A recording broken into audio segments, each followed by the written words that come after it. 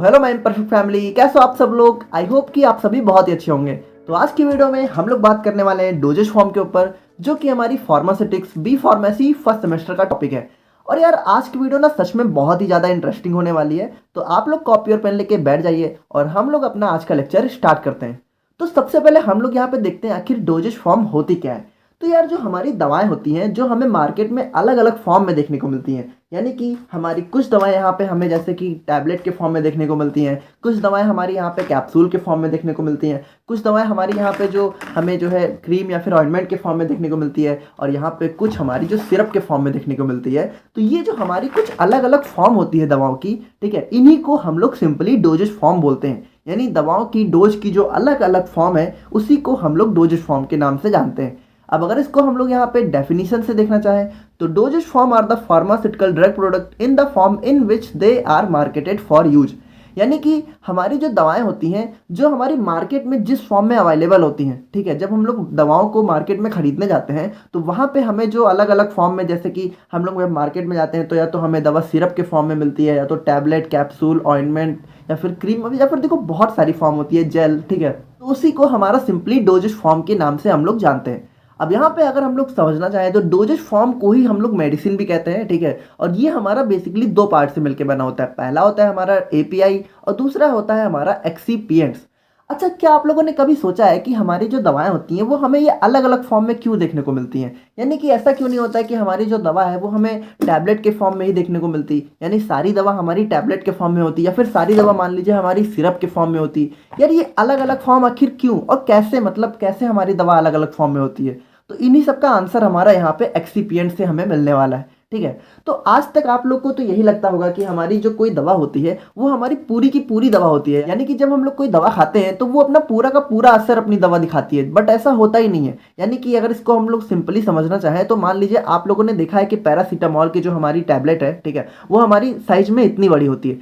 तो आप लोग को लगता होगा कि ये जो हमारी इतनी बड़ी दवा, ये पूरी की पूरी हमारी पैरासीटामॉल है। यानी अगर हम लोग यहाँ पे सिंपली समझें तो हमारी पैरासीटामॉल जो होती है, ठीक है, वो हमारी 500 mg की होती है। यानी कि आप लोग को तो यही लगता होगा कि हमारी जो ये टैबलेट है ये पूरी की पूरी 500 mg पैरासीटामॉल से है, जबकि ऐसा है ही नहीं। यहाँ पे 500 mg तो सिर्फ इसमें एपीआई यानी मेन इंग्रेडिएंट हमारा इसमें 500 mg है, और ये जो बाकी पार्ट है हमारा, ये हमारा एक्सीपिएंट्स है। तो ये एक्सीपिएंट्स आखिर होता क्या है, तो इसी को हम लोग यहाँ पे आज अच्छे से देखने वाले हैं और समझने वाले हैं। तो सबसे पहले हम लोग यहाँ पे देखते हैं अपना एक्टिव फार्मास्यूटिकल इंग्रेडिएंट, या फिर इसी को हम लोग ड्रग के नाम से भी जानते हैं।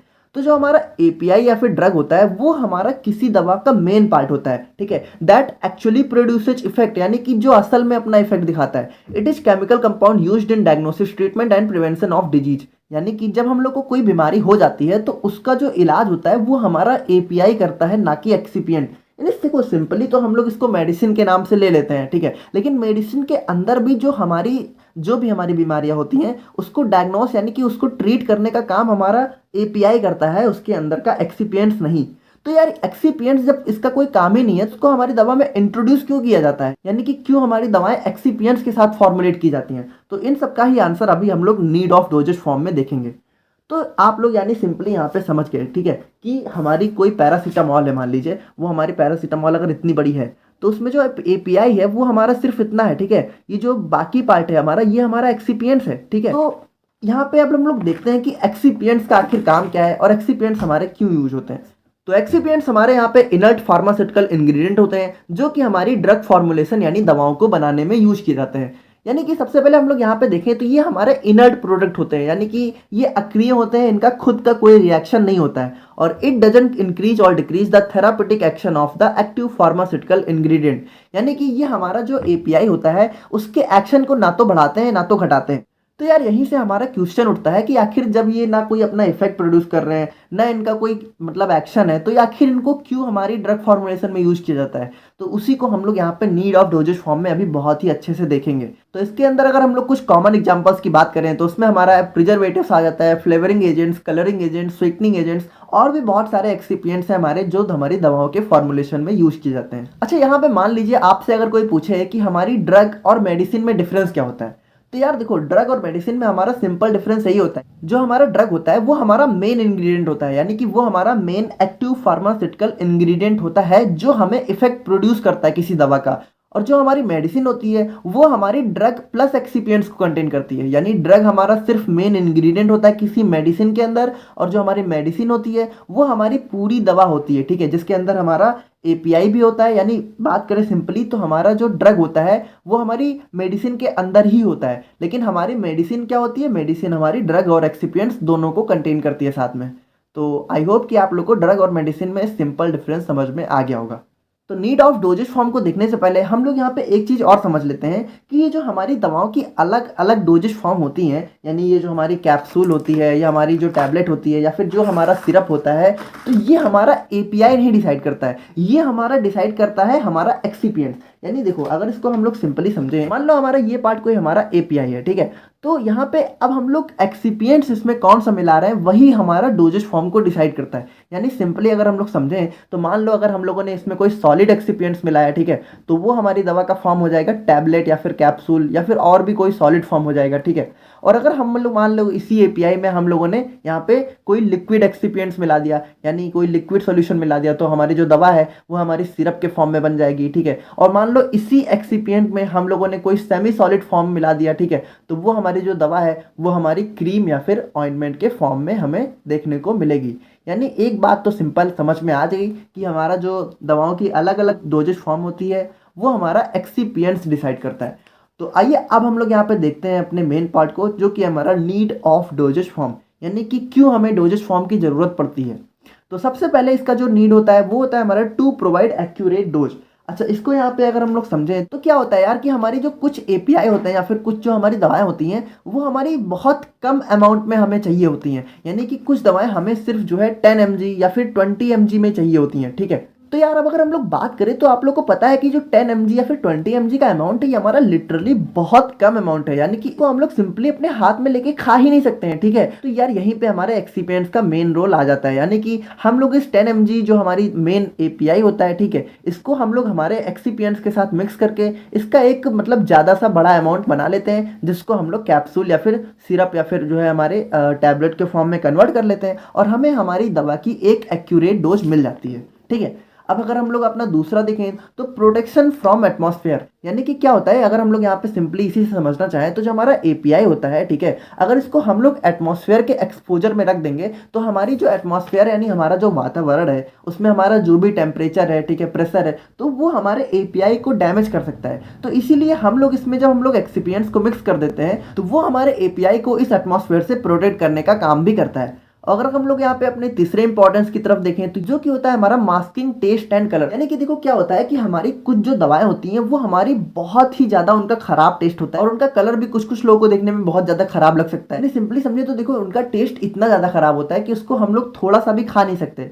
तो उसी में हम लोग क्या करते हैं कि अपना फ्लेवरिंग एजेंट्स या फिर स्वीटनिंग एजेंट्स या फिर हमारे कलरिंग एजेंट्स को मिक्स कर देते हैं, जो कि हमारे जो दवा होती है मेन एपीआई होता है उसके जो टेस्ट और कलर होता है उसको मास्क कर देता है। मास्क मतलब उसको छुपा देता है, यानी हमें जो अब हमारा जो टेस्ट या फिर कलर है वो हमें बेसिकली हमारे एक्सिपिएंट से देखने को मिलेगा और फायदा हमें हमारा एपीआई का मिल जाएगा। तो ये हमारे बहुत ही ज्यादा इंपॉर्टेंट रीजन होते हैं हमारी दवा को डोजेज फॉर्म में कन्वर्ट करने के। और अगर इसमें हम लोग अपना चौथा पॉइंट देखें तो to provide liquid dosage form, यानी कि कुछ कुछ दवाएं जो हमें लिक्विड डोजेज फॉर्म में चाहिए होती है तो उसको हम लोग सिरप के फॉर्म में कन्वर्ट कर लेते हैं। तो इसी में अगर हम लोग अपना पांचवा पॉइंट देखें तो वो है हमारा for insertion of drug into body orifices. तो यार ये जो हमारा पांचवा पॉइंट है इसको जब हम लोग यूनिट 4 में सपोजिटरीज को रीड करेंगे तब आप लोग को बहुत ही ज्यादा अच्छे से समझ में आएगा। तो अब हम लोग आते हैं अपने आज के लेक्चर के मेन टॉपिक पे, जो कि है हमारा क्लासिफिकेशन ऑफ डोजेज फॉर्म। अब देखो हमारा जो डोजेज फॉर्म होती है उसको हम लोग बेसिकली दो कैटेगरी के बेस पे क्लासिफाई करते हैं, जिसमें पहला है हमारा based on route of administration, यानी दवा को हम लोग अपने बॉडी के किस पार्ट से कंज्यूम कर रहे हैं,